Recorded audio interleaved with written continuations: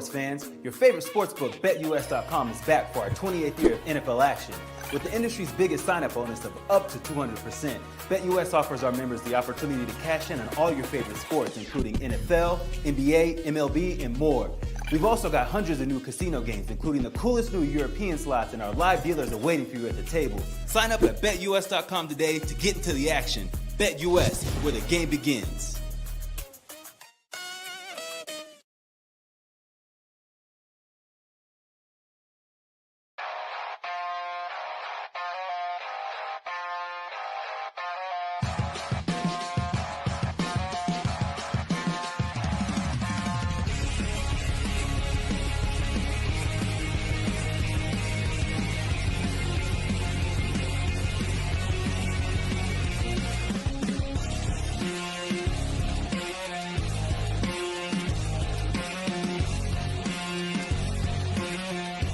And now, broadcasting live from Las Vegas, the Snake Sports Talk Show with Jake Silva starts now. Here we go, ladies and gentlemen, on a Tuesday night live here from Denver, Colorado. It is the Snake Sports Talk Show. Wherever and however you may be watching and listening, thanks for making us part of your night. Case is back with us after some much-needed time off. He's back this week, and man, you couldn't have chose a better week to come back with NFL schedule release coming out. We got some pretty good snippets on some games here, and we've also got a special guest with us. Two-time Emmy Award winner Deb Whitcas is joining us to talk all about it and all through the draft and the offseason. I am ready for it, man. Good to have you back. Yeah, I mean, being at work and everything all week long, like I'm telling you what, I hate second shift. Yeah, I don't blame you up on that, man. It's second just shift. It's just like I really wish it wasn't like 2 to 10. I wish second shift was like I know that you can't have second shift without having it as like a second half of the day type thing, but I really wish like second shift was like 11 or noon to like 8 or 9 at night. Just make it simplified, just so that, you and I, we could get at least best rest and we're ready to, just do a show like this, with at least as much energy as possible. So Deb Whitcas joining us here around the corner. So one thing that I will say to people very quickly is that because I know how all of you felt about the draft lottery last night. I understand. And everybody's all going, Jake, it's rigged. There's no way. How could Dallas do this? Well, look, this is the third, probably fourth time in 15 years that we've ever seen a team literally land the number 1 overall pick. If you recall when LeBron James left the Cleveland Cavaliers to go to Miami, they ended up getting the number 1 overall pick, and who'd they get? Kyrie Irving. They thought he was honestly going to be a bust, and it turns out it worked out. And then you looked at when Anthony Davis left New Orleans, they got the number 1 overall pick, and that was used for Zion. And then now you got the Spurs, who they got, a lot of their core players, they all retired. They get the number 1 overall pick, and they got Victor Wembanyama. And now the Dallas Mavericks, because they traded Luka Doncic to the Lakers, and now the Dallas Mavericks have the number 1 overall pick. And I bet you now they're going to get Cooper Flagg. So to me, I just think this is more of a raffle than anything else. And you all knew exactly what you signed up for when you're the NBA having a draft lottery. Okay? They honestly had 1 point more than the NHL draft lottery, which who did you guess? The New York Islanders, who had a 0.3% chance to get a number 1 overall pick, and now they've got it. So, look, the NFL is completely different because the NFL is competitive every single year. Now, yes, you may potentially have the same top 10 draftees every single year from every organization, but the difference is these players are ready to play right now. The NBA, I don't even know about these players until their third, fourth year in, and then they're actually producing well. That's just the harsh reality that we have. The connection between them and college hoops is really not all there. That's what they need to fix up. But the Dallas Mavericks, it just all makes perfect sense at this. So they may potentially draft Cooper Flagg at number 1 overall. So you're pairing him up with Kyrie Irving, Anthony Davis, Derek Lively, and Daniel Gafford. And that team, when you look at that roster, take away the injury part. But if it's a fully healthy roster and you go into next year, that looks like a finals team. It seriously does. They got size. They got shots. They got at least a perimeter attackers, whether offensive, defensively. And Jason Kidd, I mean, he's a very good coach. But this has to be the redemption mode for Nico Harrison, doesn't it? Because the minute you trade away Luka and the minute, all the Dallas fans, they don't even want to come to the games. Now you get the number 1 overall pick, and it's all because, Adam Silver wants parity. He doesn't want dynasties. Not like what the late David Stern did. He did, there were dynasties involved, but why is it that the Lakers, they couldn't end up getting Chris Paul at the time when they were reigning in their dynasty? Some things just at times don't usually make sense, but sometimes things just happen for a reason, okay? This is literally, I live here in Colorado. We all have scratch tickets here, okay? Do you really think that I would be a multi-millionaire just off a scratch ticket? It's not that easy, not that simple. I could win maybe a few bucks here and there, but at the end of the day, it's all probabilities game. That's all it comes down to. So for all of you that think it's rigged, you know what the lottery draft is all about. Okay, it's not guaranteeable. It never is. But this is kind of the reality of it. If you want the league to be better, don't have a draft lottery and build up a lot of these developing organizations like Charlotte, Washington, all these other organizations that still hasn't even seen the light of hope yet. Maybe that might actually change a little bit of the parity in the league. I mean, the NFL's great for this because when you get your top 10 teams in the draft every year and they're building and loading their roster, they get competitive by the next 2 years. That's what I love about it. So why not? You can make it the same way as long as you have the relationship with college hoops. That's all I ask. And they're already building from that now that we've got Cooper Flagg at Duke and now that we got a lot of these big-time programs playing up in the tournament. All right, so to discuss all of that, now that I got off my chest, I love having her on. She's a 2-time Emmy Award winner. She's very close with all the players and all the organizations, especially the Chargers and the Eagles, and we're here to talk about it because, man, it is about to get spicy tomorrow with the schedule release. So joining us, Deb Whitcas here on the show.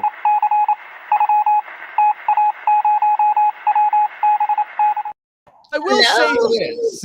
It's so Hi, good everybody. seeing you again. Good to see you. I will say this. When I think of the NFL schedule, right, and we've got some pretty good snippets, I think of it this way, right? I feel like this is my favorite time of night when I would just go to Chili's. And now bear with me on this. Chili's. Because here's the thing. We come out with some of these games the Broncos and Chiefs on Christmas. And then we got the Cowboys and Eagles to start the season off. And then we got the Chiefs and Chargers going. So all of these, right, because it's not the full schedule release, because I feel like that's the big entree, right? But I got appetizing stuff. I've got my favorite one is the Nashville Hot Mots. Okay. So I got a little zesty here and there with some of these games. When you think of these schedule releases, what's kind of going through your mind through that, especially with who you got to have on television? Who's the team that you got to get up on there, especially for prime times? What do you usually look at with the NFL schedule? I mean, it's Christmas Eve, let's be honest. Right now, I'm so excited. I mean, as far as looking at the schedule ahead, I always I love the international games. I love to see who's playing overseas and what the matchups will be there. Obviously, if I can get to any of the games, I would always love to travel internationally.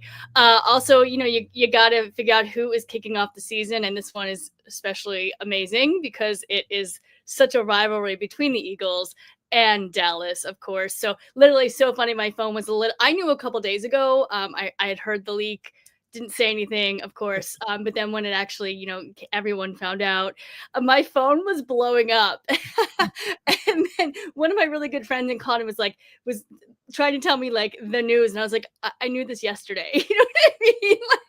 So I actually got mad. I was like, why does everybody think I don't know this? You know what I mean? But what an exciting game. I feel like we're sticking it, the Eagles are sticking it a little bit to Dallas, Super Bowl champions, Yeah. huge NFC East rivalries. I also love that the Chargers are playing in Brazil. We'll know tomorrow who they'll be International up Jim, I against. call him. Yeah. Why Yeah, not? I think that's going to be a great game. I was like, oh, maybe I can make it to that too. So we'll see. But yeah, no, I'm always very excited to see, where I'll be traveling and who's playing who and what the matchups. I'm actually, and I hate to say this, and I get a lot of slack for it, but I also am really excited to see what the Commanders have in store for this season too. I can't wait to see their schedule as well. I know they're NFC East as well, but they're kind of my number two.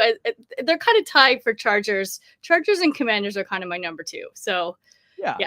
No, they both very much improved all last year. I mean, when I talked about the Commanders, I said brand new ownership, new GM, new coach, new quarterback, like everything is also brand new. Yeah. And yet they get this far into the East Conference Championship. I was so surprised at that. So far.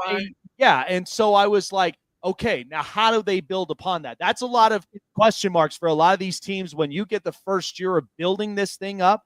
What is the second year now going to start to look like? Because I usually look for the full blossom by like year 2, year 3. Yeah. Because that's all time for roster construction, and that's plenty of time for them to get that relationship going. And at the same time, now you start making a push, especially with who you got to play on the schedule, if that's a favorable one.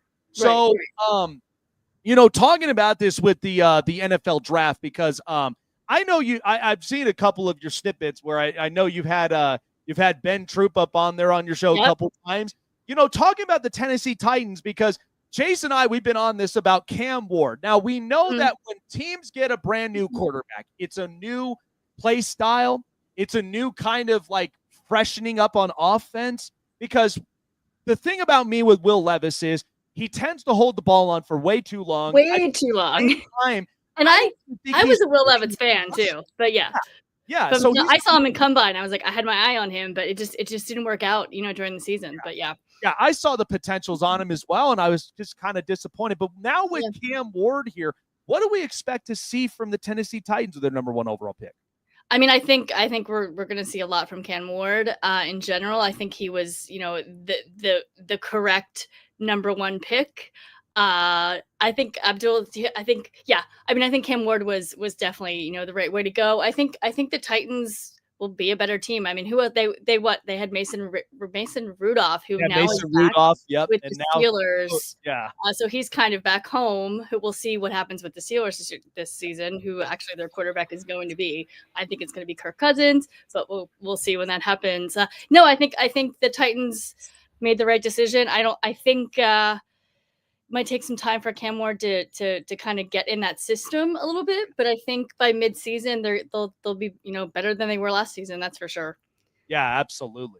So shifting to, of course, the Philadelphia Eagles, world champions, as everybody we've been hearing about it for like 2 months. I know, and Eagles fans will not let it go. I mean, why should we? Right? But you know what though? When you have such a great ownership with a great front office, like that's what makes a lot of these teams blossom the most.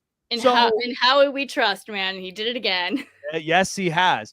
So I was talking about this, and I've talked with a lot of people off the air, because I mean, I love my fan base, and sometimes they may not like certain takes or my top 10s, but I said it this way, and explain it to me in your own words as well, because when I look at Jalen Hurts, I don't see him as the pure pocket thrower like a Herbert or Allen in most of them, but he is lethal and dangerous as a dual threat quarterback where he can throw. He does have the athletic capabilities that he possesses, that he can make the deep ball throws because he's got Devontae Smith out in the backfield.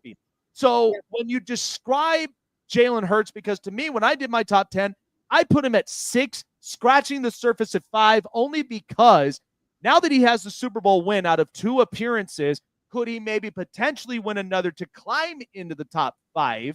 But I think when I look at quarterback stature, and then basically who he's supported around, like how would you describe that about Jalen Hurts, his kind of road to journey as now being a Super Bowl champion?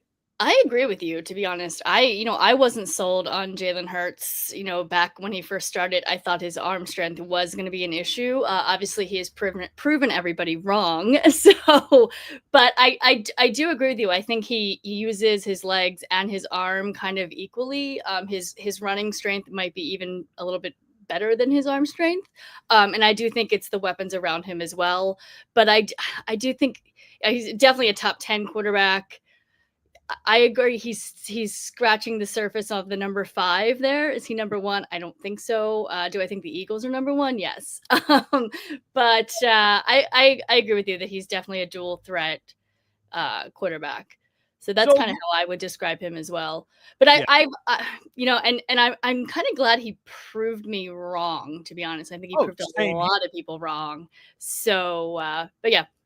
Yeah, so in explaining about this about Howie Roseman, because we just know he loves pulling out a bunch of magic out of his bag. It's wild. So this is my thing, and I explain this the best way possible, and maybe you might agree with this. But to me, when I looked at the Philadelphia Eagles of their needs to going into the next season, I didn't think edge rusher was a big deal, and the only reason of it is because they let Josh Sweat go. They let Milton Williams go. Yep. I thought the big one they could not find in that draft was linebacker. That's why they re-signed Zach Bond. You want to be able to re-sign your most important player there that you can't find in this draft. And in this draft, I'm surprised they even landed Jahad Campbell because you could play him both the linebacker and on the outside. That's why I was like, edge rusher was not a big deal to me because they could find it in this draft.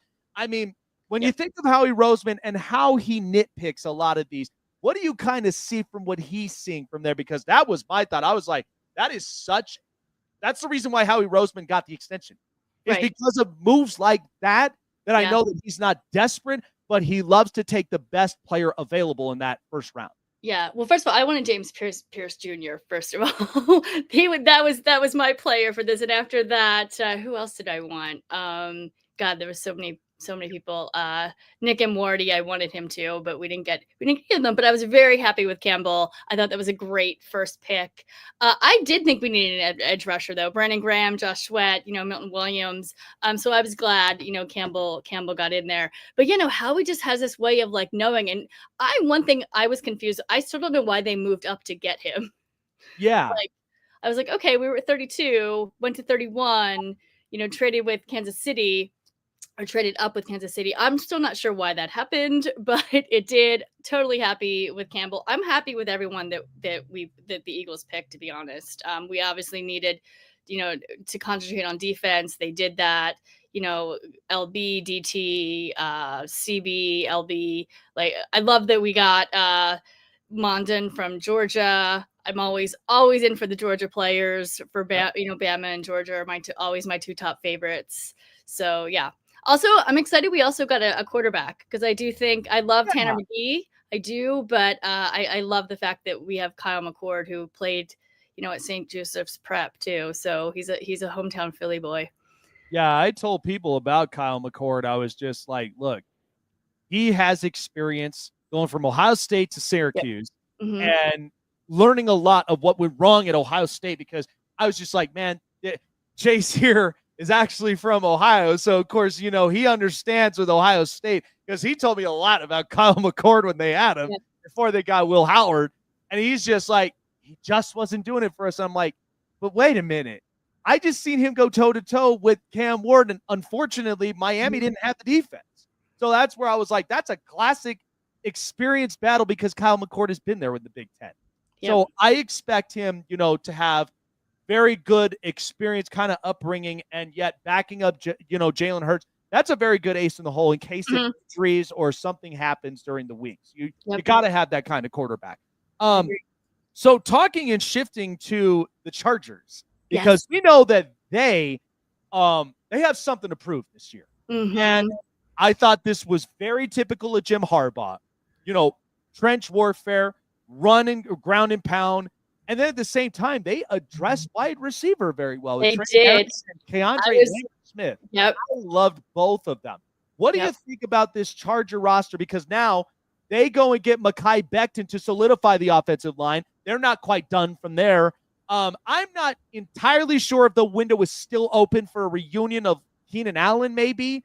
But how much would you love that, though? I would love that so much. so much. So I'm like nightmares. there's a lot to do this year, right? Yeah, I agree. And I love their first. Well, I have to be honest. When they first picked a running back for their pick 22, I was watching with a friend of mine, and I looked over at him, and I'm like, don't we wide receiver? Why are we going running back? Like, what is going on here? Obviously, they picked several wide receivers after, which Trey Harris, great. Who else? Who else is in there? DeAndre Lambert Smith. Yes. So a running back. Okay, but we all know, Harbaugh he's a running back. He loves the running game, so that actually makes sense. So I feel like that pick was a good one. Then they went wide receiver, then DT, then edge, which they addressed a lot. Then they got a TE as well. So yeah, I think the Chargers they made some really good picks. Yeah, when I watched Ronnie Gadsden, because of course, like I do it on my separate podcast as well, is that I felt that I feel like he's a poor man's Colston Loveland, in my opinion, with the higher upside, because I feel like you could throw him over the shoulder on the outside. You can have him as the middle attacker. He could do literally everything for you. And on top of that, while getting Tyler Conklin as their tight end, I think that really does. I think that's probably a very good pair that you could have for a kind of offense like this. We know that this year, especially when it comes to a quarterback like Justin Herbert, I was talking about this several times. And I love this quarterback room, by the way. We got Justin Herbert, we got Taylor Heineke, and Trey. Like, hello. Yeah, we got plenty of quarterbacks on their disposal. My big thing is that what's hindering right now with Justin Herbert is because obviously with the playoff performance last year with 4 picks, that is hovering over his head. So he knows that, and he takes accountability to it. How important does this have to be for Justin Herbert to not only come off of a season where he finally gets the winning coach, he finally gets a winning culture?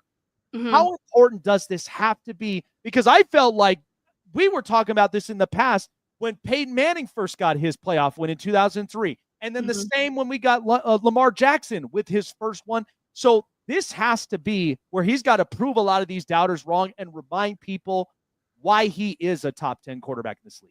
Absolutely. I think it's super important for Justin Herbert this season. He played great last season and then just kind of died off in the playoffs. Like I was again watching with friends and I was like, wow, like he just I don't want to say shit the bed, but like it just went bad really fast. Like the Chargers are a better team. We're a better team than that. And everybody said they should have won that game and obviously did not. But yeah, I think it's a big year for him. I think last year was a big year for him too. We know new coach. They did really well. I think they did better than people expected them to. And this season, I think they're even going to be even better. Yeah. I mean, look, I don't want to toot my own horn, but even when I did the predictions, I predicted that team to go 11-6. And apparently I was right. And I was just like, I didn't look at the construction, the quarterback and all the rest of it. I said, I looked at the team as a whole with what Jim Harbaugh does. Because Jim Harbaugh's been working magic. So, quickly before letting you move on, because to me, I look at this season, and when I looked at how teams really constructed their rosters, because Chase here, my co-host, he's a diehard Browns fan, and he's going to be excited. He was excited. I'm sure he watched the show all last week of what I had to say defending Shedeur Sanders. I watched that tape, Deb, and I looked at it this way. I did not break down Shedeur Sanders as the person. I broke down Shedeur Sanders as the player. As everybody should be. And I don't know why everyone's bringing his personality. I mean, yes, it's important, but yeah, I mean, I don't know. I think he fell because it's just such a weird agenda. Look at the player. Look at the player. So this is what I looked at. I watched the film the other day. And when I watched the throws between Dylan Gabriel and Shedeur Sanders, I could see the distinct difference where that touch out of Shedeur's hand is the kind that I'm like, you got to feel excited for when this kid finally starts, because where he gets drafted at that point, and I think this is a better situation than most people believe with Cleveland, because they got an experienced quarterback. You got a rookie quarterback that you're going to battle out with in camp, but at the same time, you have the upper hand upside. And so when he's ready for this, I think this was more of the humility factor and more of build your way from the bottom to the top. And he will. That's what I'm not sure he's going to do it with the Browns. I think they might trade him. I'm just saying, but he will be a force in the NFL, guaranteed. Yeah, I expect it too. But I just think with a lot of these teams, and call me crazy, because Jay's already did. He basically, because I said this, I said the New England Patriots, with the way and however this schedule goes, will be a wild card team before the Pittsburgh Steelers. People look sideways. Yes. I think you're crazy. Here's my thing. This is my thing. I've watched Mike Vrabel. I know what Mike Vrabel's capable of. He can take fourth, fifth string defensive players and make them into A players in any given Sunday. And so I'm just like, New England's identity with under Mike Vrabel just makes so much sense. And that Will Campbell pick for Drake May just was like, you got to protect your franchise quarterback. Yeah, absolutely. I hope it. For all of my Patriots fans, they deserve some love this season for sure. And when they got Trevion Henderson, I was like, wow, but that's all a part of what your identity is. Yeah. And I just think they're capable of being a playoff team. Pittsburgh don't have a quarterback. They traded away George Pickens. They did, which is crazy. That's why I'm like, I don't see this ending well. I'm still shocked. I do think the Patriots will have a winning season. I'm not sure about making the playoffs. That might be pushing it, but I do think they'll have a winning season this season, which is a step above what happened last year. You know what?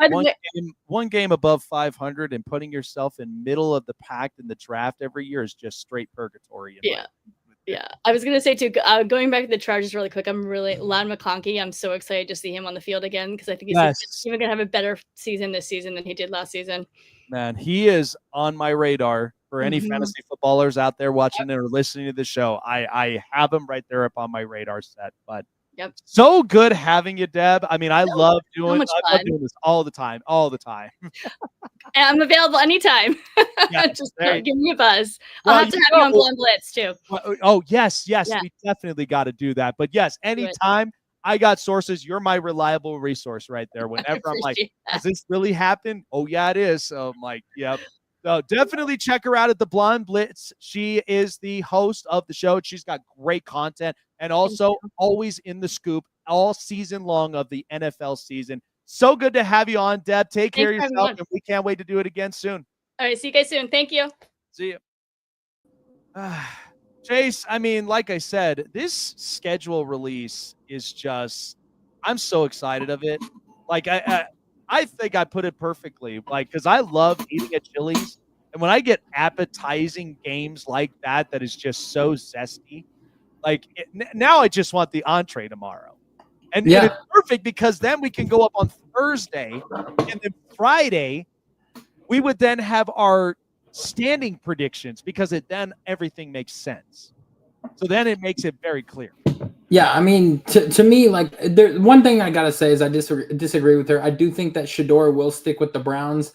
I don't think he's gonna get cut. I don't think he's gonna get traded. I think he's gonna be QB number 2 right behind Flacco to start the season because it's gonna be more or less like they don't want to throw him into the fire right away. They want him to get a chance to like actually, see everything and like get a chance to start when they think that he's actually fully ready. But like, I made a video on TikTok saying that, I think he's better than Dylan Gabriel. And like a lot of people in the comment section were calling me crazy. They were calling me nuts. They're like, Shador is nowhere near the level of Dylan Gabriel or Joe Flacco and everything. And I'm like, just by the way that I've seen him play in rookie minicamp and the way that he's, presented himself in the media, he has come out calm, collected. He has said the right things. He seems humble. He just wants to play ball. And that is all it is. And I do think that Shador, and I've been advocating this since the draft, our mock drafts, I even had him going to the Browns. Like, I think that this is the quarterback the Browns have been searching for since 2000. And you got to understand is what people don't realize, right? Because I'm with you on that. I've said it all last week. I'm sure you tuned in, but I did not because I'm not allowed to have my phone at work. Oh no. But the thing is I defended Shedeur Sanders because I felt like this was the best opportunity for him because they got the amount of quarterbacks. I feel like Kenny Pickett may not be on this roster because I think he's going to obviously have, a different upbringing. I think he wants something else. So, but that's okay. You'll now have Joe Flacco. You'll battle it out between rookies. But I do believe that Shedeur has the upside more than Dylan Gabriel because when I watched those throws, and I'm sure you did too, but I saw the different distinct throws between the two. And do you know what's something crazy that I said? Yeah. I said that I either see Dylan Gabriel or Joe Flacco not being on this roster by the time the season starts because I can see if they really truly believe that Shedeur Sanders is the guy and he's capable of leading this team, I could see one of those guys, Dylan Gabriel or Joe Flacco, get traded to the Saints now that Derek Carr's retired because I know that they've been they've been trying to talk to the Browns about trading for Shedeur. Yeah. And there's a reason that they have not jumped on that trade yet, even though the Saints have offered them the 2026 first round pick. Yeah. And you know what? I mean, the Saints got a lot to really think about. I mean, it's funny because come the next show, because I'm going to be doing my research on Tyler Shough. A lot of people like him. I never even seen most of like the tangibles that makes me believe he can be that quarterback. I have honestly because I want a more thorough argument to that whole point, whether I actually do like what I see or I'm not that impressed. I saw the Louisville game with him in Miami and everything, and like they had Miami on the ropes, but then Cam Ward came back and like just destroyed Louisville by like 12. And then like, but like not only that, like I saw Tyler Shough play in the Senior Bowl, and if there's one indicator that a quarterback is going to have success in the NFL or if they're going to fail is if they can have success with other players that are not part of your team, like different players that are not guys that you're used to throwing to, guys that are used to protecting you and everything like that. Well, I mean, you learn a playbook on the fly. And from what I saw in the Senior Bowl, I was not impressed. Not at all. You look at the difference between him and Jackson Dart. Yet people don't think Jackson Dart can make a difference. I disagree. I think because you have the coach that is going to fix up the mistake. But this goes back to this point, right? Because people think you're crazy thinking that Shedeur Sanders is going to be capable of doing that. But then it comes back to this argument is that their one argument is because Dylan Gabriel is a winning quarterback. How many of the winning quarterbacks in college literally made it through in the NFL? Like, you never said, like, when it came to Patrick Mahomes, he didn't win a whole lot in college with Texas Tech. I mean, he had Cliff Kingsbury as his coach, but once he got refined in the NFL, he now started to win the big game. Josh Allen, you can't tell me you paid attention to that kid in Wyoming. Oh, I did. I didn't. I know you did, but a lot of people. But by the time the draft was coming around, I was advocating for Josh Allen. My buddy was just like, Derek Larger of the Bring the Juice podcast for the Colts. He was arguing that entire offseason, Sam Darnold, he's got the intangibles. He's got what it takes. I'm like, I want Josh Allen. He's got the prototypical size. He's got the strong arm. He's got the, you just fix his decision-making and he's great. Yeah. And when I look at the Shedeur Sanders and Dylan Gabriel, if Shedeur Sanders had been a part of Alabama, Georgia, Ohio State, Michigan, we would talk about him as the Heisman front-running person to win it because he would have over 5,000 yards and 50 touchdowns. And there's no doubt about that because the fact that he had a 74% completion percentage and over 4,100 yards and 33 touchdowns. With arguably the most. Yeah, with arguably the worst offensive line and only one offensive playmaker is insane. And like with Dylan Gabriel, the argument that I make for people is, you say that he's a winning quarterback. How many teams did he go to before he finally had the winning success? Right. And that's the thing. Because if you're not a winning quarterback now, right, like coming out of college, like you'll expect to be a winning quarterback by the time that you are etched and molded here in the league. Because that's the same upbringing with Josh Allen. It's the same upbringing with Patrick Mahomes. And Hell, even Justin Herbert didn't even win a whole lot in college in Oregon. Okay, and they kept him competitive, but that was before Dan Lanning or after he just got there? This was before Dan Lanning, so this was with Mario Yeah. Cristobal. Yeah, this is Mario Cristobal. That's why he didn't have that much success. I mean, Mario just became relevant because of Cam Ward. And like the whole thing that I say with Dylan Gabriel is like, somebody argued with me where like, oh, well, you're saying changing teams, you can't be good. You still can't be a good quarterback. I'm like, there's a difference between transferring to a new team because you're not the starter and you're not playing than what it is transferring to a new team to have the success that you did. Joe Burrow transferred from Ohio State to LSU because he didn't get the chance to play at Ohio State. Same thing with Aaron Nolan. He knew he wasn't going to get to play because of Julian Sayin and Tavian St. Clair. So he transferred to South Carolina, or no, not South Carolina, South Alabama, I believe. But, regardless, guys like that transfer because they're not going to get the chance to start. And then they get the chance to start at another place and they make the most of it. With Dylan Gabriel, he started at UCF, wasn't very good, transferred over to Oklahoma to play with Lincoln Riley because it was when Lincoln Riley was still there.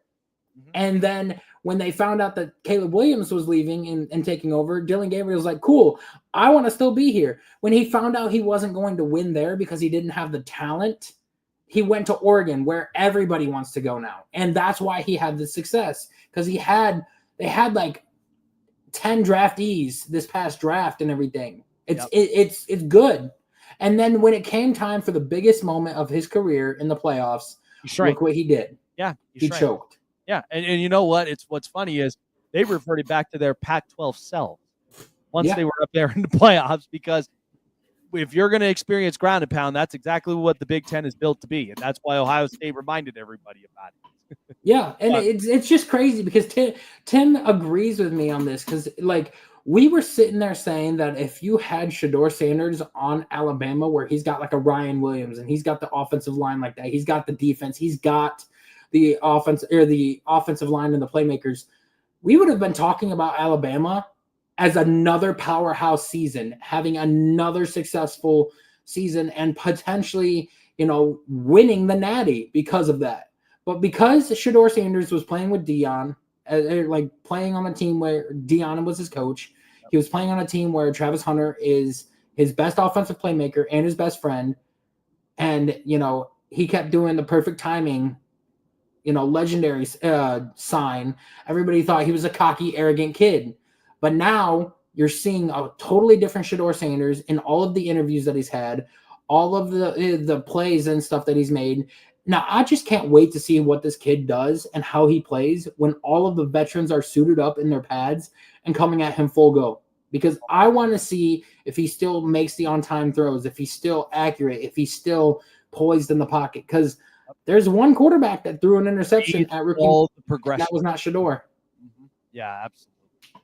Well, we'll be talking a little bit more about that here on the tail end. But coming up next, this really sucks for Boston.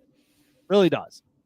Jason Tatum hurt, and he's going to be out for quite a long time. And some baseball news coming later as well. Yep, absolutely. And so, to me, what do the Celtics do? I mean, now that the Dallas Mavericks got the number 1 overall pick, what now does the Boston Celtics, and even for a couple of other teams, what do they do from now here? That's coming up. All righty, folks. Well, I will tell you, though, I didn't get a chance to tell you, but that concert that I was at, seeing the Used, was so spectacular, and it could not have been the best experience without my partners at SeatGeek. SeatGeek provides you with the best experience in the house, whatever it may be, repping for your favorite team in your house or following your favorite artist to your best event centers or arenas, shows, whatever it may be. SeatGeek has you covered for all of that because SeatGeek always shows that they are the most reliable ticketing app for you to choose when you select your next event. I got a couple of events, coming up around the corner, come the tail end of the year. So I'm excited about that, but I always rely on SeatGeek with everything.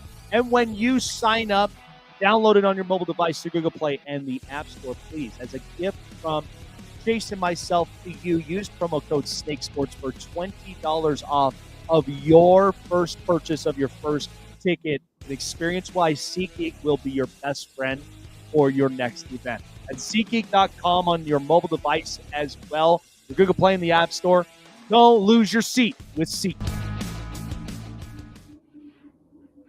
Want to find your seat for the event of your choice but can't get one that fits your desire or your budget?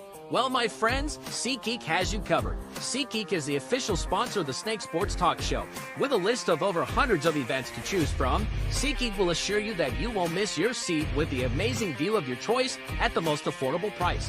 Whether it's looking for your best seat in the house of your favorite sports team, finding live concerts to get you closer to your favorite artist, or enjoying your spot at your favorite live shows, comedies, and more, SeatGeek has it all just for you.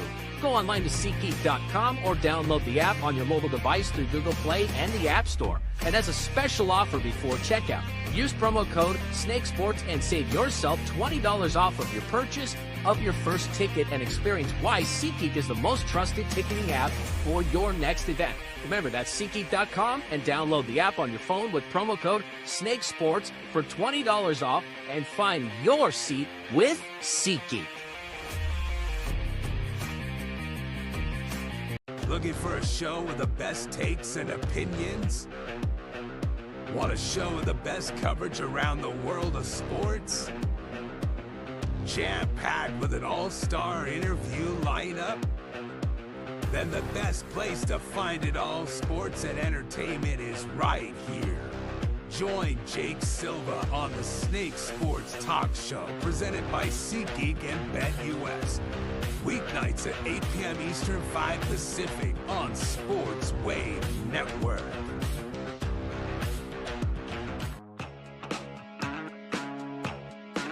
Well, you heard the excitement earlier. If you didn't catch the interview, I will have the upload of it with Deb Whitcas and myself as we're preparing for the next NFL season.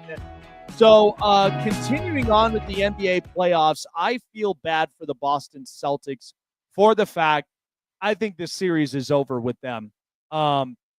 Listen, this happens with a lot of teams all the time. I mean, you're watching this with Golden State without Steph Curry. Now, the good news is we know exactly what Jonathan Kuminga is, because without Curry on the floor, Kuminga is now a completely different player. And to me, there is just everything in there that they could potentially make a move. But because the Dallas Mavericks got the number 1 overall pick, they probably will end up drafting Cooper Flagg. A lot of people are like, well, what if Nico doesn't? I mean, you would be an idiot to not draft him. You want to make the same mistake twice and cry out for you to get fired? Absolutely not. So, to me, the Boston Celtics, they're kind of in this bind right now because you're putting all your hope on Jaylen Brown, and not to mention what's happened with Kristaps Porzingis. And I mean, Derek, to me, I just think, with Derek White, a couple of others, I just don't know if this is really the similar Boston team that I saw last year. And this happens with a lot of teams. You saw this with what happened with Denver. Denver had to come into this same predicament. I mean, outside of Jokic and Jamal Murray, you got a little bit of Michael Porter here and there, but they lost a lot of shooters. Okay, they lost KCP. They lost a couple of other players. But at least the intensity is still there, even without a coach. But I just look at this, and I think the Knicks right now are in the prime spot, because when I watch Jalen Brunson, the guy is just unbelievable. OG Anunoby's having such a good playoff, and a couple of other supporting casts. But I just think, I think Boston just really needs to start refocusing on their roster. And I don't know, as far as Joe Mazzulla is concerned, they might end up changing coaches if that becomes the case. But Boston, this happens with every team. Refresh, repeat. You kind of end up having to shake things up. I mean, you're not going to be NBA champions for very long. I mean, that just happens with a lot of teams. There's no dynasties in the league anymore. And I think that's what Adam Silver made it clear. I mean, once Golden State's dynasty was done, look at the erosion of the team. And Denver, they may only have one championship. We don't know. But, I mean, this is kind of just a harsh reality with the NBA. But they wanted it to build more parity. I don't think the draft lottery really helps, in my opinion. I think it's kind of ridiculous. But Dallas got the number 1 overall pick. And this is the 4th time in 15 years that we've even seen this happen. So the question mark now becomes, where does Giannis go from here? I don't think Giannis to Boston is honestly the right fit. Because after you just saw Jason Tatum go down, and he's probably going to be out on quite some time next year, that's now going to cause a strain for what Boston's trying to build. I don't even know if that's going to honestly work out. I could see people are pointing out the Rockets. People are pointing out a couple of other teams. If the Jazz got the number 1 overall pick, there would have been a complete difference there. But they would have been calling Milwaukee several times. But I just think Boston, after just this series, they got to end up refreshing and coming up with something new after this. Jason, the news. This is the hot press. I did you see that injury to Jason Tatum? Yeah. That was just, I felt bad, man. And it just I did too. And look, I knew for a fact that Jason Tatum was not going to be the face of the league per se, because I'm watching Anthony Edwards doing what he's doing, and he shows that. But Jason Tatum, that is a viable part of your team. I mean, now you've got to rely on Jaylen Brown, who hasn't quite had a great postseason stat, and then same thing with Porzingis. Porzingis is just not there, and I don't know, man. I think this is wrapping up for the New York Knicks to move forward. Seriously. I don't like Cat, offensive player I like, but I do not like Cat on defense. But either way, at least he has Brunson. At least he has Anunoby. So that's about as good as you can get. Yeah, I mean, a lot of crazy stuff. The Cavs were winning by 12. Now they're down by 1. I think that it's safe to say that the Pacers won this game. I think Evan Mobley and Darius Garland missing the first game really hurt them a lot because they needed their big man. And I think that second game where they were ahead and then they lost by 120 to 119. Like once that first game when those two were injured, and then that second game when they lost that one in a heartbreak fashion, I think that it was like done from there because like Cavs are such a good team. I don't even know what happened with them. I don't know either, but like I do think that with them not having the consistency in the playoffs because of the injuries, because like a lot of people don't think that it's excuses and everything, and that argument and that statement really pisses me off just because if you've ever gotten injured playing sports at all, and you know that specific players are a key piece to why you were successful. You're not the only piece, but you are a viable piece to certain situations. That's why Jason Tatum, without having him, look at what the Celtics are. Without Steph Curry, look at who the Warriors are. Now, by the way, we now know what Jonathan Kuminga is, and he doesn't work with what they've been trying to do on the same floor with Steph. So without him, he looks a lot better. He looks confident. So you can make a trade deal there. And the thing is, like, people don't realize the chemistry that you have when you're together on the court and how much it factors in. Or like when you're on a football field, if you're missing your wide receiver for 4 games and then he comes back and like for 2 games you're looking rusty and you're not looking very well. Well, it's because it screwed up the chemistry of what we had going on before he got injured. Because without run games, like it opens up the run game, and you have other wide receivers that are open because they're not being focused on so much. And it's just like, that's how it is in basketball too. When you've got 2 guys that were a key factor in why you were successful all year long, and then they're out for 1, if not 2 games because of injuries, it screws up the entire complexity of the game and what they were used to. And now it throws everybody else off. Donovan Mitchell's not hitting the threes like he has been because he feels like he has to do a lot of it himself and everything. When before he would always just go down the court, he would casually start passing the ball, and then he'd throw it in the middle to Evan Mobley for 2 points. Well, now he's had to play, or feels like he has had to play hero ball and shoot threes a lot, and he's not relaxed when he's doing it. That's why he's not making them. So, like, the whole complexity of the Cavs losing was because of that first game, and it didn't come from there. But let me go on to the news that we have. We had a couple managers fired over the weekend due to being absolutely shitty for their franchises. And that was the Colorado Rockies and Pittsburgh Pirates. Bud Black, I don't know if the Colorado Rockies are thinking that this alone will make the team a lot better. But like, they've had the worst start to an MLB franchise in all of MLB history, even dating back to the 1800s. There has not been a team that has started off the season for the first 2 months of the year since 1888. Yeah. Where a team has started off with 6 wins in a season. Like, this is the thing. I've already heard it from so many Coloradans here that they harp so much to boycott this team because it's not so much for the players. It's the ownership of Nick Monk, because there's a difference between, you and I, we watched this, right? Where you watched NBA coaches get fired. Yeah. And there's a difference between whether that coach really was a quote-unquote control freak and they needed to get him out of there and allow the players to play well. Take, for instance, with what Denver did with Mike Malone, right?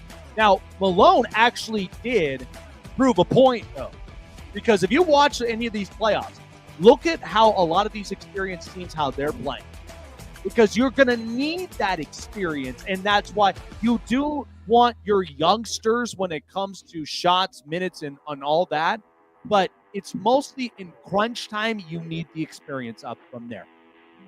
With Major League Baseball and with the Colorado Rockies, this is different because this isn't helping anybody's situation. It doesn't matter because at the end of the day, if the ownership is not willing to take accountability for this silly charade that they're doing right now, it's never going to get better. You are still stuck paying Chris Bryant, who is always hurt every single year since he signed there. You traded away Nolan Jones to the Cleveland Guardians before the season even started, who was one of your viable bats, and what are you only settling for? Ezekiel Tovar? Give me a break. Like, this is such a, it is so horrible. But here's the other thing, too, with the Pittsburgh Pirates, because I know that Derek Shelton got fired, but Shelton really, I will say Shelton didn't really move the needle for me when it came to Pittsburgh. And, it just is what it is. But Pittsburgh is cheap. They're not going to be. You've got O'Neal Cruz and Paul Skeens. Who else do you have after that? Brian Reynolds, who's probably going to be traded at the trade deadline. And then Paul Skeens is probably going to leave after his rookie contract. And O'Neal Cruz probably would end up leaving too. Like, look at the guys that they've had in the past that have been great pitchers, like AJ Burnett. You had AJ Francisco Liriano. AJ Burnett and Garrett Cole on the same team. Yes. On the same team. And you couldn't keep one of them. You could not keep Remember when they had Wandy Rodriguez at one point? Yeah. And that was back when they made the playoffs, too, because I remember that year. By the way, I remember the year of 2014 where the Pittsburgh Pirates made the wild card with AJ Burnett and Garrett Cole, and they were on the verge of actually making it to the divisional round, and then they lost because they ran out of gas. They had no other starting pitching. And I'm telling you, one guy who's available right now that you could put on that Pittsburgh Pirates team that would help that rotation drastically and potentially give Pittsburgh another 10-win boost, and that is Trevor Bauer. If they're willing to, honestly, pay it, that's the problem. Yeah, they're not going to be. Trevor Bauer has even came out and said that he wants to pitch so badly in the MLB, he would take the league minimum to pitch. I think honestly, he wants to prove a point. I don't blame Trevor Bauer at all. I don't. I just think that with the way that the situation went on, it sucked. He was proven innocent and like the wrongdoing because there was the video evidence of the girl actually coming out of what she did and said. And the fact that he was exonerated and all of the proof is in his favor nobody still wants to give him a chance. And I think that's the sad part about the MLB, because like it's not like it was a scandal like the Pete Rose thing. It's not like it was a scandal of steroids or anything, and it's not like it was a. Or it's not even like the NFL with the way that they went about with the Colin Kaepernick. Yeah, with the Colin Kaepernick thing, it's not like that. The fact that he has the proof that he did not do anything, it's video evidence of him being innocent, and nobody out there wants to give him a chance. He wants to pitch for the league minimum. I say somebody should give him a chance, especially a team like Colorado, a team like Pittsburgh, somebody, because if you can get him that cheap and a good pitcher like that, he would help your rotation drastically. Of course. Now, moving on to another Pittsburgh Pirates news, Paul Skeens has been nominated to pitch in the World Baseball Classic representing Team USA. I think that this is a great move for his career. I love what he's doing. He is not being the same Paul Skeens that he was last year when he first got into the league, but I think part of the reason why he's getting shelled and part of the reason why, he's not pitching as good as what he did is because he feels like it's all on him to win the game, because he doesn't have any run support. He does not have a defense behind him. Yeah. I have seen them make several mistakes in the field to where his pitch count goes up. So now he's trying to get cute and trying to throw pitches higher in the zone than what they normally are. Yeah, and sometimes changes in morale are very crucial, because you'll get one side morale where you have no support whatsoever, like Pittsburgh, and you could just see the difference. I think, too, this would be a great opportunity to watching Paul Skeens play with a plethora of players and support around him from all over the league. So it would give him an open chance to really kind of see what exactly would be open market available if that did come up, right? So think about it.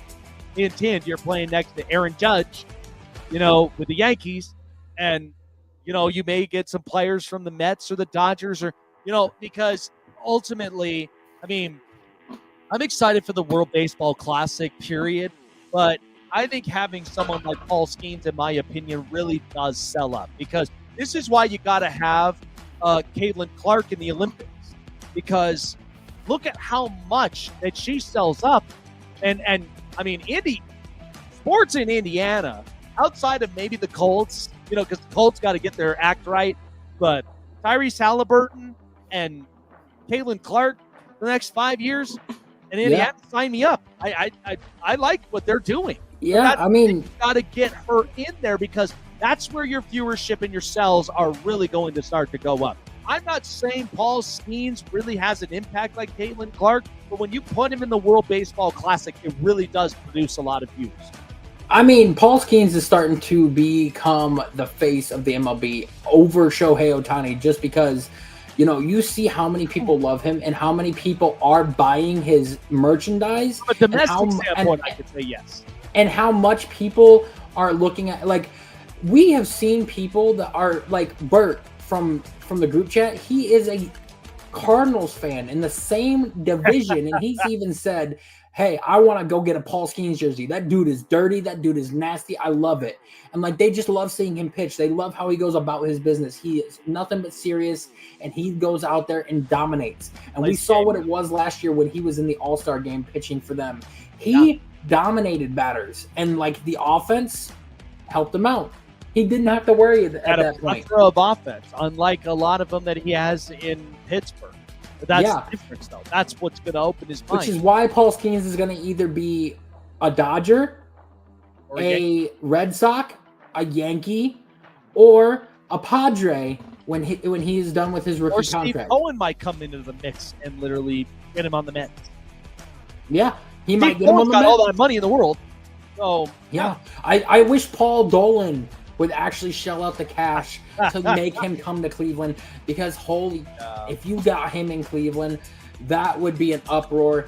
That would be a chance at a World Series for Cleveland, because we finally have a true ace. Moving right along to the NFL news, and this will be the last little bit of news that we have, is we have seen what the schedule release is going to be in terms of the Eagles and Cowboys being the first game of the season. We have seen the international games, then the Browns are one of them. The Chargers get the second game of the season in Brazil. We don't know who their opponent's going to be yet, but we're going to get to see that. So they're saying it's the Chiefs. They are 100% confirming it is the Chiefs. I've seen 100%. Yes. All right. Well, we got the Kansas City Chiefs and the Chargers.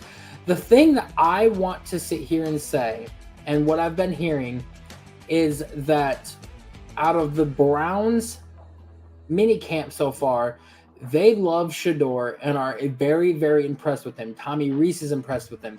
Kevin Stefanski is very impressed with how he's handled everything and how he's been humbled and how he's come in and put his head down and work. Yes. And I've been hearing there is a very, very strong possibility that he could be the starter week 1 over Joe Flacco. So that becomes the case because, again, it has to be I just got to watch him in preseason. I got to watch him in the past because I'm like you when we talked about this with breaking down quarterbacks is because I want to see the progression. I also want to see his pocket awareness and his presence. Is he comfortable in it? Can he read the defense? And then not to mention, we know he possesses the accuracy trait, but can he put touch and finesse on the throws over the shoulder and on the outside of the sideline? Stuff like that. So that's what I'm excited about. And I think, like I said, our show Friday is going to make a lot of sense because we'll get a chance to indulge in this schedule release so we have a better and clear-minded idea of every team's situation from their schedule. Because, again, those schedules are important because it depends on your matchups and then, of course, where you sit in the bye week. So this is the thing. Hot take, Eagles don't win their division. It's quite possible. We haven't seen this happen in 22 years where we've had back-to-back champions in that division. And they've you also got to sit there and realize that Kellen Moore is gone. Kellen Moore also took the running backs coach with him, and he took the offensive line coach for the Eagles as well, I believe, if I'm not mistaken. I'll be honest, though.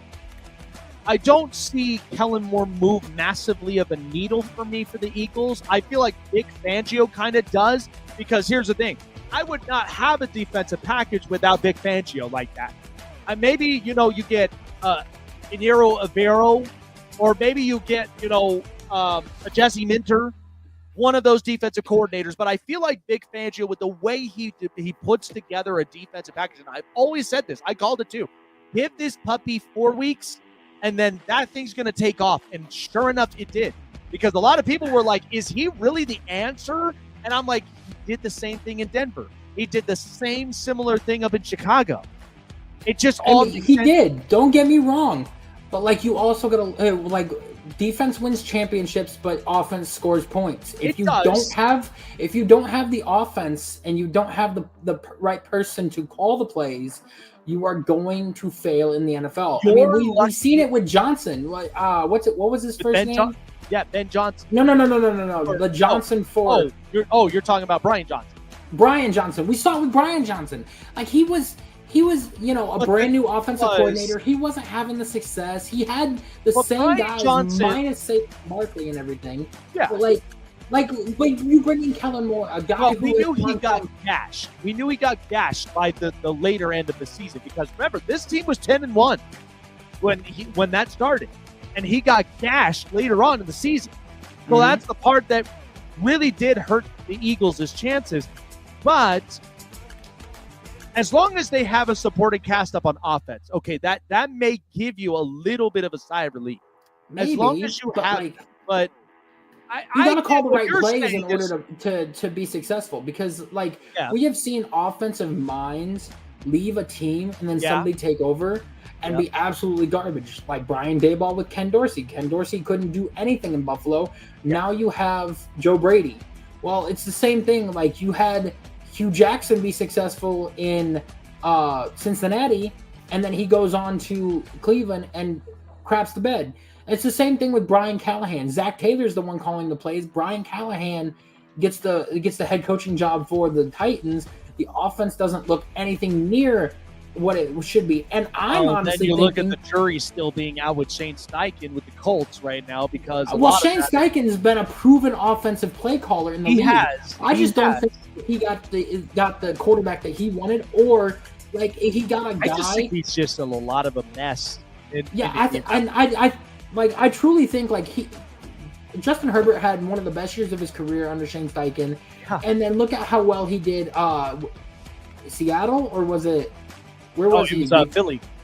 Philly. Look how good he was in Philly. Because he did the same build-up, what he did with Justin Herbert, like he did with Jalen Hurts. That's why Jalen Hurts, like I said when we had Deb on the program, is he's capable of those hits. Like he possesses them. He can throw a deep ball, but he doesn't have to. That's not his game. He's not completely reliant on that. That's why he's a dual-threat quarterback. Because if I can't run, I'm going to pass. If I don't have an open lane on the pass game, I'm going to run. That's initially what that is. To me, like I think that, the whole Will Levis situation, I think that he was having some success with Mike Vrabel as the head coach. And because the offensive mind that he had was actually, progressing him, Brian Callahan can't call plays. He's not an offensive-minded head coach and not a good play caller. This is what I'm talking about. Like the Eagles, like losing Kellen Moore, who's been a prolific offensive mind in this league and has done well everywhere he's gone. The only difference that he was able to do this year is he was able to finally realize how much importance the run game is, because he was more of a pass game guy than he was a run game person. Yeah. Now he mixed them together and incorporated them. I think that losing him, taking the offensive line coach and taking the wide receivers coach with him is going to destroy them a lot, and it's going to make them play a little worse than what they have. So let me ask you this, because I know he didn't leave the organization. He stayed in, but he got promoted. Do you feel Brian Schottenheimer is honestly going to have an upbringing this offseason with the Cowboys? Probably not, because we have seen Brian Schottenheimer be. Brian Schottenheimer is nowhere near what his dad was. Nowhere near. No. I completely agree. I just think of it this way: is that week one's going to be exciting. By the time that we get Thursday night, and it could not have happened any better. You got a rivalry between the Cowboys and Eagles. And here's the thing: the Cowboys, I think the league kind of did it right this way, because what they looked at, and I'm just hypothetically looking at this if I was in the room, but I think the way that they looked about this with the Dallas Cowboys is that they like their early stretch. They just don't like the late stretch. And that's probably why they're throwing them up and on the television this early, because look at the health of that roster. That's probably why they wanted to do that, because now they got George Pickens along with CeeDee Lamb. You now have Miles Sanders and Javonte Williams, and let's see how the run game really pans out from there. But then you got Dak on a proven year, because next year there is no guaranteed money. So this is the year he really has to make this happen, because if that doesn't work, Dallas is going to be making some phone calls. But then again, I would if Donovan Izaraku actually works in Dallas, shall we say there's going to be some phone calls on Micah? I like that Darren Porter guy too that they got as well. He's very good too. Yeah. But that first game of the season is going to say a lot about the Philadelphia Eagles, because if they can score like 25-ish or more points, then I have no worries that offense is still going to be successful. Expect the Super Bowl hangover, because that does happen with a lot of teams. Yeah. It happens with a lot of them. But I see the Commanders winning that division this year. That's quite possible. I mean, they're in the mix as well. But hopefully the schedule released tomorrow is going to provide us some clarity with it. 8:00 p.m. Yeah. Oh, get ready for it. I've already got it circled on my calendar. I have it overly circled like this. And I'm glad I work early this week, so that way I can actually see it. There you go. Chase of the news. This is the Hot Press. I know we didn't really get a chance to talk about this up in the news break, but, I just saw a story, and kind of going back to Major League Baseball, because everybody knows I am a baseball fanatic. It's what I've grown up around since I was in diapers. Okay, I've actually had the opportunity to meet with a lot of players, and then not to mention I've been around a lot of Major League pros. So, Major League Baseball, I understand with what they are trying to do with as far as in the recency. I know what they're trying to do. They're changing all of this stuff up. They're trying to make the game interesting, and they're trying to make it well worth watching. So this may hit a lot of old heads that's out there. And I'm not an old head, but I do respect the classics. I really do. I mean, I could be listening to 50s music and my wife's going, "What the hell are you listening to?" And I'm like, "It's soul food." That's Pete all. Rose is not going into the Hall of Fame. I know that's where you're going. I already taken the words out of my mouth, man. Look, he's not, because he told his daughter he doesn't want to. He doesn't want to. So this is the thing on the story. So of course, Major League Baseball reinstated Pete Rose and Shoeless Joe Jackson. You had me at Pete Rose, but Shoeless Joe Jackson? After 100 years? What he did was he threw the game away. It was the most infamous scandal in like the 1900s. That was when the White Sox literally fixed the game. They threw the game away. And Shoeless Joe was the brunt of it.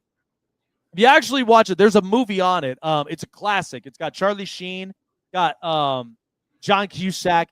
It's actually a very good film. And I think Charlie Sheen, he plays as Shoeless Joe. But yeah, the whole point of it was he threw the game away. It was all fixed, and he was banned for life. And yet, after hundreds of years later, you reinstate him? Are you out of your freaking mind? Like, what are you trying to do here? So, look, this may be the rebellious side of me when it comes to Major League Baseball, because they drive me crazy. It's not the league.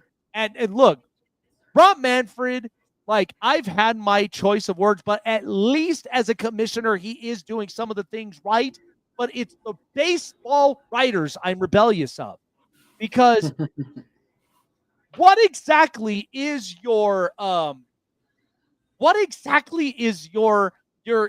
ticket to the Hall of Fame? Okay, what is it? Because now you're reinstating Pete Rose, who I already know by the time when it came to the family, they literally said, "Go kick rocks, up yours." I already know that for a fact, because if you are not strong enough to literally tell that to his face and actually reconcile, because you got to remember, there were two types of Pete Roses. There was the Pete Rose, the player, the Pete Rose, the manager. The Pete Rose, the player, didn't gamble. Pete Rose, the manager, he did gamble. There's a difference on that. Well, and it's also because Pete Rose was a player manager, so he managed while he was playing. Yes, and I get that. And that's the part where I know that could be sounding a little bit misconstrued, because, again, like, think about it. The last player manager, I mean, we had Frank Robinson who did it. But, when it comes to gamble, like, I mean, we got sports gambling all over now. We're partnered with a sports gambling company. Okay, that's what makes up, the greens. But here's the thing, though, is at that time, it was not completely legalized and blown out of proportion like what it is now. Yep. Okay, there are states now, including here in Colorado, that rely on it because it's good. It goes back to their preservations. And a state that's not that far away from you, where it's completely legal. It's not. It's perfectly legal from there. But the thing is that Pete Rose holds the record that no baseball player is ever going to break in this lifetime or in multiple lifetimes. Unless you count Ichiro. Unless you actually, like, just not even hit homers. Just focus on hitting the ball. I mean, if you were to, the only current player you can make an argument for would maybe be Luis Arraez. You see the way that he swings the bat. You've seen the way that he approaches. He's not thinking home run. He's not thinking of anything else. He's just out there getting the quick hands. That's what he does. But the thing is that reinstating these players, I just think pisses me off.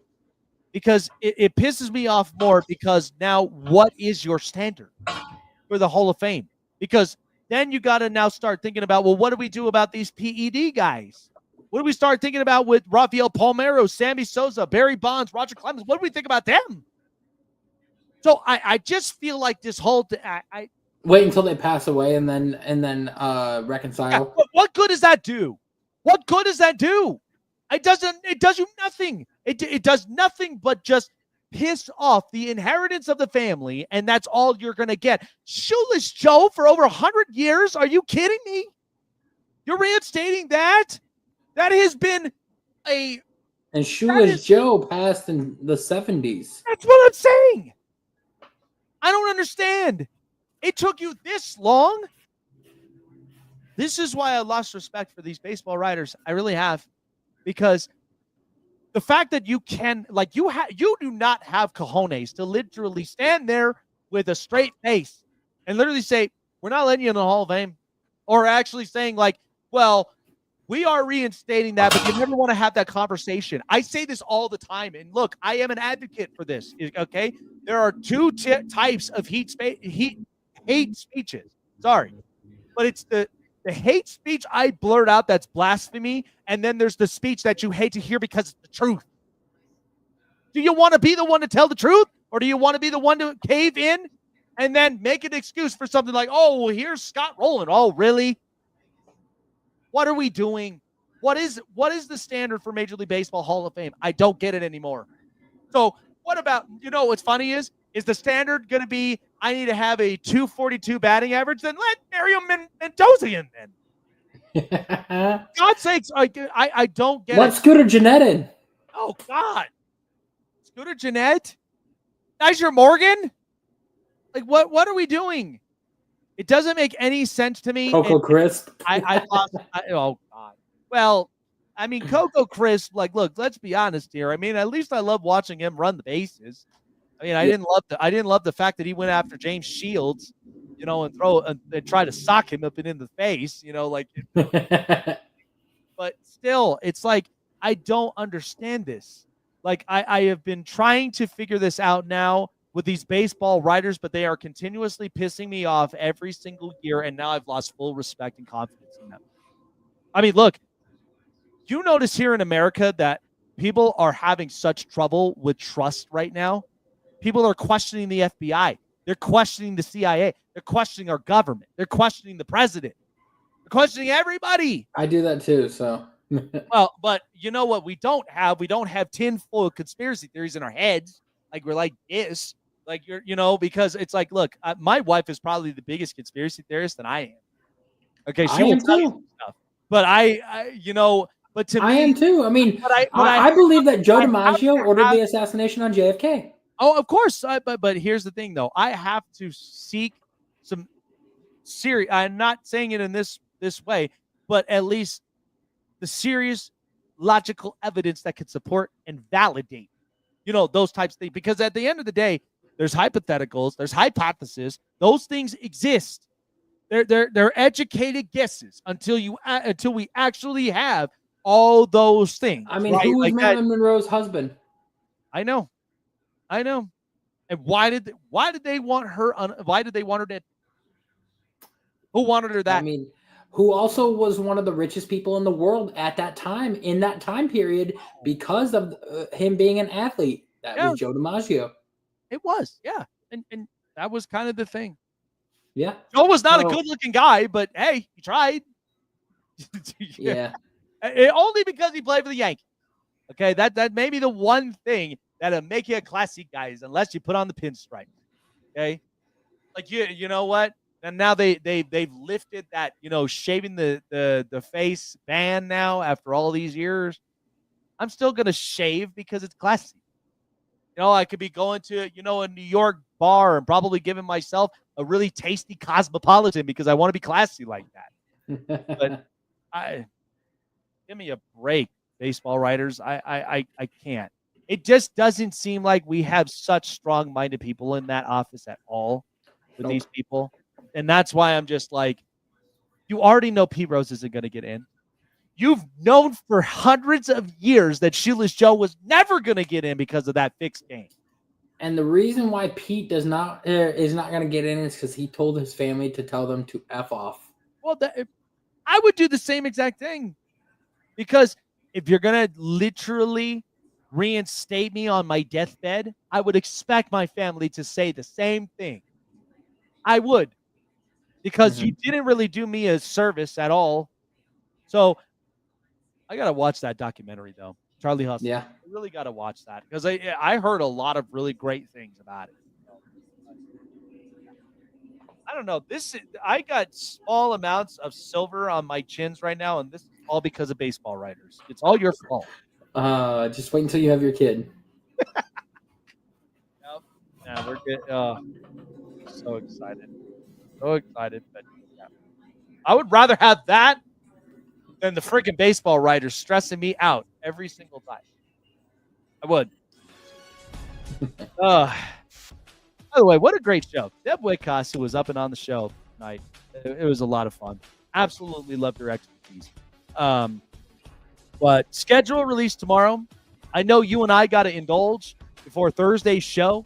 So we really gotta tap into it and be prepared for what Friday is going to come, because I know you're probably going to have a little bit of a different sequence than me. No show tomorrow? Yeah, no show tomorrow.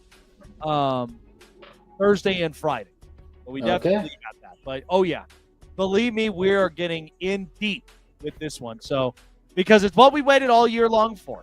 Off season, the draft, and now scheduled releases. This is what we waited all year long for. So appreciate everybody for joining us here on the Snake Sports Talk Show with Chase and myself. Have a great night, and kudos to our friend Deb Whitcas for joining the show. We'll see you guys up on Thursday. Enjoy the schedule release. I got my popcorn ready, and we'll see what happens in the fate that's in store for all these teams. Take care, everyone.